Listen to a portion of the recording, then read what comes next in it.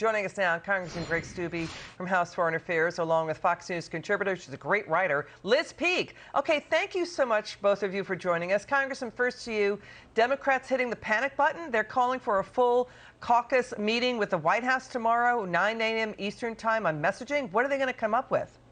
Well, probably nothing the American people are going to understand or support. And the Fed Reserve chairman say they didn't see these inflationary numbers. We've been seeing them ever since Joe Biden took the White House. When you dump trillions upon trillions on the economy, this is exactly the result that you're going to get. This is exactly the result of the Biden, the Democratic policies in the Congress and the Senate. And this is what we're seeing in America today. Yeah. So for them to not think that this is going to be the result of dumping trillions of dollars on the economy, then they need to go back to economics 101. Yeah, and by the way, seven Trump candidates won in primaries last night. Liz, President Biden, he's sending another torpedo down the chimney. He's threatening to crack down on 7 of the nation's largest refiners to get them to make more gasoline.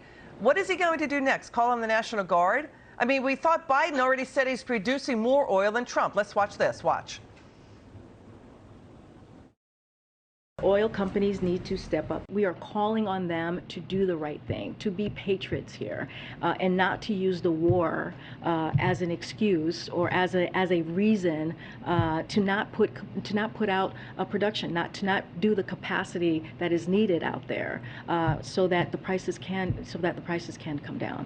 Okay, Liz, Biden broke the biggest supply chain of all. He broke U.S. energy, and Democrats shut down U.S. oil refineries. It's just there's now only 129. We had nearly 150 5 years ago. Yeah, Liz, we're down about 1 million barrels a day in terms of refining capacity. And partly that was just because demand turned down and oil companies were faced with making a decision. Did they invest in money-losing operations, which they were a couple of years ago, when the government is telling them and the incoming president has promised to shut down their business?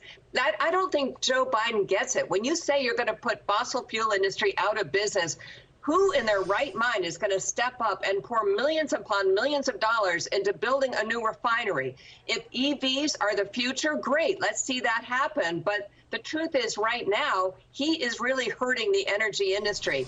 I mean, right now, the refiners are running pretty much full out. 93% of capacity, some number like that, which is basically 100% output that they can do.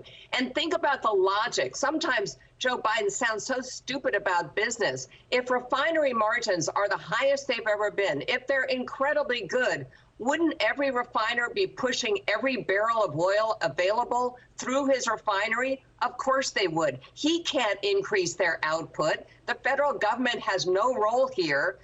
And the industry is doing basically what it can in the shadow of an anti-oil White House that we now have in place. Yeah, to Liz's point, Congressman, refiners, they can't just immediately flip a switch and ramp up output. They're already working flat out. They're above 90% in capacity utilization. And he's forcing them to reconfigure to make green energy biofuels. So he's blaming refiners, he's blaming Putin, but Russia's pumping flat out, and Biden is enriching our enemies while impoverishing U.S. consumers. His policies create more dirty oil produced by foreign countries. Yeah, from day one, that's exactly what they've done. Look at all the executive orders that he put in place. And you want to talk about being patriotic? Well, let's be patriotic and support domestic production of oil, domestic production of energy, so the American people don't have to pay $6 a gallon for gasoline and $6.50 for diesel. Those are the type of things that we should be doing, and it's the exact opposite of what this administration wants. And everyday Americans can't go out and buy an electric vehicle. If you can even find an F-150 Lightning, they're $90,000 to $100,000. The majority of Americans can't afford that, especially with the interest rates that we're seeing right now in America. Yeah, to the congressman's point, the president is desperate, Liz. Biden's consumer sentiment rating from the University of Michigan is now worse than Jimmy Carter. I mean, we've got Hispanics, millennials, women walking away from him. The Democrats don't want to endorse him. And it's his own fault. Biden's misleading messaging is to blame for his tanking polls. I actually think that that's true. Liz, if you look at his honesty ratings from the American people, they've gone seriously underwater. He started out in pretty good shape. And then all the lying about how Build Back Better was the way to cure inflation. Sure, spend another $3 to $5 trillion on top of already having spent trillions of dollars. That's going to bring prices down. all these speeches he's made recently about how consumer debt is going down and wages are going up and how savings are going up. It's not true. I don't know who's writing his material, but he's actually lying to the American people. And guess what?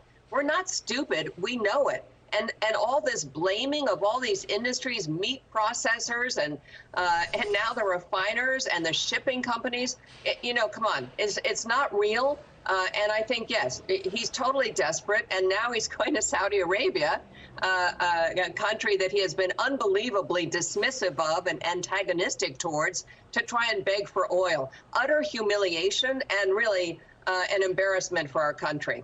To Liz's point, let's watch Senator John Kennedy on this. Watch this. President Clinton appointed what one commentator called this week a bunch of high IQ, stupid people. In other words, they were well educated but no common sense. President Biden has appointed whack jobs. I mean, it's like these people dropped acid in an Outback parking lot. You can't reason with them. They are just so woke, and that's the difference, in my opinion, and why they haven't course corrected. Congressman, let's talk about this, okay? What Senator Kennedy just said, and Liz has pointed this out too. Biden keeps claiming greedy, monopolizing companies are behind price hikes. We've heard that since JFK, U.S. Steel. Then it was GM with LBJ and Nixon. And then it was IBM, but then came Apple, Microsoft, and Intel. So what is with this old line of attack from Biden? How come he has not changed since the Nixon era? That's when he first started to come into D.C. Well, I couldn't certainly say it any better than Senator Kennedy said it, but I think Liz is right. The American people are smarter than to listen to the lies that are coming out of the White House and the lies that are coming out of Biden saying, oh, the economy's great, consumer spending is great, everything's just great and hunky-dory, and to everyday Americans that are having to pay paycheck to paycheck to have enough fuel to get to their second job, to provide food for their families, all of the pressures that we're seeing on the economy right now. And now with rising interest rates, being able to purchase vehicles and purchase homes is going to be very detrimental to the American people. And they're smart enough to realize that life was better 2 years ago when they didn't have a Democratic Congress, a Democratic Senate, and a Democratic presidency. Yeah, and the same old ways of doing things. Congressman Steube and Liz Peek, you guys are terrific. Come back soon.